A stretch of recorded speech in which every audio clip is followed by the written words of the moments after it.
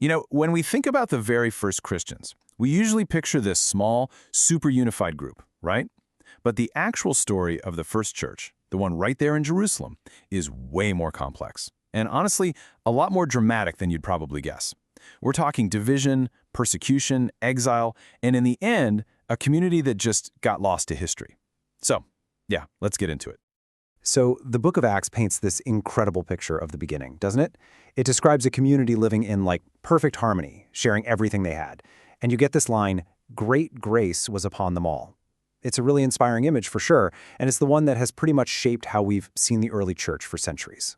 But that perfect, idealized image, it's really only part of the story. Because the first major threat to this new community, it didn't come from the Romans, and it wasn't from the Jewish authorities either. No, the first real crisis came from the inside. It was this fault line that cracked the very foundation of the church right from the get-go. All right, so here's our roadmap for this explainer. We're going to look at Jerusalem's first Christians, then see how they became a house divided.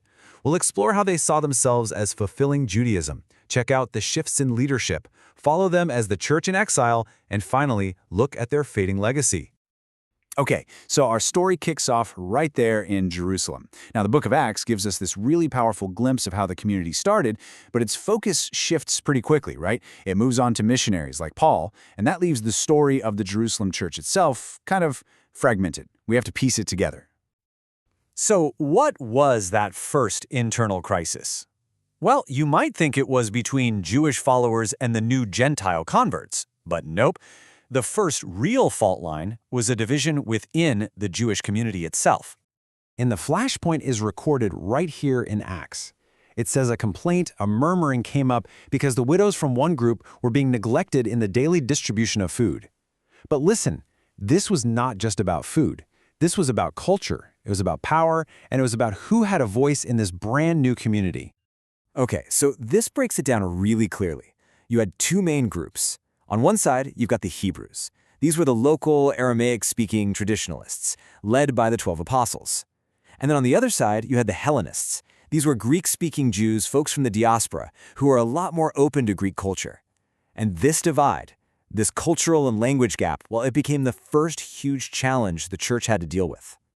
And you know what? The solution they came up with was actually pretty brilliant. The apostles, who are all from the Hebrew group, they appoint 7 men to deal with this problem. But get this, all 7 of the men they picked were Hellenists. You can tell by their Greek names. So this wasn't just about handing out food. It was a really smart power-sharing move that gave the Hellenist group a real voice and a seat at the table. And this next part just perfectly illustrates how deep that division was. The very first martyr, Stephen, he was one of those 7 Hellenist leaders. After he was killed, a huge persecution kicked off, but it was aimed squarely at the Hellenists, forcing them to scatter from Jerusalem. And meanwhile, the Hebrew apostles were able to stay in the city, pretty much safe. It's clear the authorities saw the Hellenists as the more radical and, frankly, the more dangerous group. Okay, so this brings us to a really key point about their identity. And it's so important to get this. These early believers did not think they were starting some new religion. Not at all. They saw themselves as devout Jews who believed that all the promises of Judaism had finally been fulfilled. This table makes it super clear. They weren't replacing Jewish practices, they were adding to them. So you see, they kept observing the Sabbath, Saturday, but they also started celebrating on the first day, Sunday. They continued to worship at the temple, but they also started breaking bread together in their homes. Their core belief wasn't that the Messiah was coming anymore, but that the Messiah had come. So it was these additions that really set them apart. Celebrating the resurrection on Sunday was a huge one, and sharing that meal in their homes with glad and generous hearts. They even took the Jewish practice of fasting twice a week, but shifted the days, probably to Wednesday and Friday to remember the betrayal and the crucifixion. It gave their whole week a new, distinct rhythm. So, who was actually leading this pretty complex community? Well, the leadership structure wasn't set in stone. It definitely evolved over time. So even though the 12 apostles had that initial authority, another leader started to emerge. And this person grew to have just immense influence, becoming, for all intents and purposes, the head of the Jerusalem church. Yeah, so when the Apostle Paul talks about the leadership in Jerusalem later on, he names 3 pillars of the church. 2 of them are who you'd expect, right? Peter and John, both apostles. But the third one? It was James, the brother of Jesus. Now think about that. He wasn't one of the original 12, but his family connection and his own leadership skills made him the central figure of the mother church.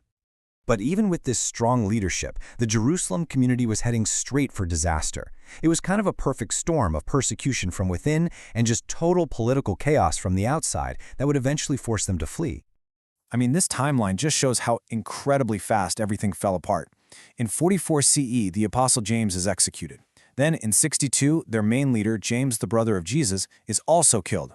So with this rising tide of Jewish nationalism and a huge war with Rome about to break out, the community makes this fateful decision around 66 CE. They flee the city and head to Pella, right before the Romans come in and destroy Jerusalem completely. And they had to leave for two big reasons. On the one hand, they were seen as heretics by some of their fellow Jews. But then, to the Romans, a group led by the family of a guy crucified for supposedly being the king of the Jews, who came from the royal line of David, that looked a lot like a group of potential rebels. They were completely caught between a rock and a hard place. So the move to Pella, it saved them from being wiped out, for sure. But it was also the beginning of the end for them. It started their slow fade into history. See, by fleeing east, they were basically cut off from the rest of the church, which was growing like wildfire among Gentiles to the west, all across the Roman Empire. And as the decades went by, the mainstream church changed and evolved, but this isolated Jewish Christian community just kept doing its own thing. And eventually, the rest of the Christian world started to see them as, well, strange, foreign, and even as heretics. Later on, you have church writers talking about what was left of these groups, and they called them Ebionites. And this description here really shows you how they were seen. They were viewed as people who clung so tightly to their Jewish roots, still obeying the law, still revering Jerusalem, that to the now dominant Gentile form of Christianity, they just seemed totally alien. And this is where we see one of the really tragic outcomes of this whole split. As the church became more and more Gentile, its leaders started writing anti-Jewish sermons and books. Now, a lot of the time this was to stop their own members from being attracted to Jewish customs, but still, it created an attitude that would have absolutely devastating consequences for centuries. And then, there's just silence. By about the 5th century, the mother church of all of Christianity, the direct link to the apostles, to the family of Jesus himself, had just vanished. It's gone from the historical record. A huge foundational piece of the entire story, just gone. So all of this leaves us with a really profound question to think about, right? How might history be different? What would Christianity even look like today if its original Jewish heart, if that first family in Jerusalem had survived and stayed a central part of the faith? It's a question that kind of reshapes how you think about the very beginnings of it all.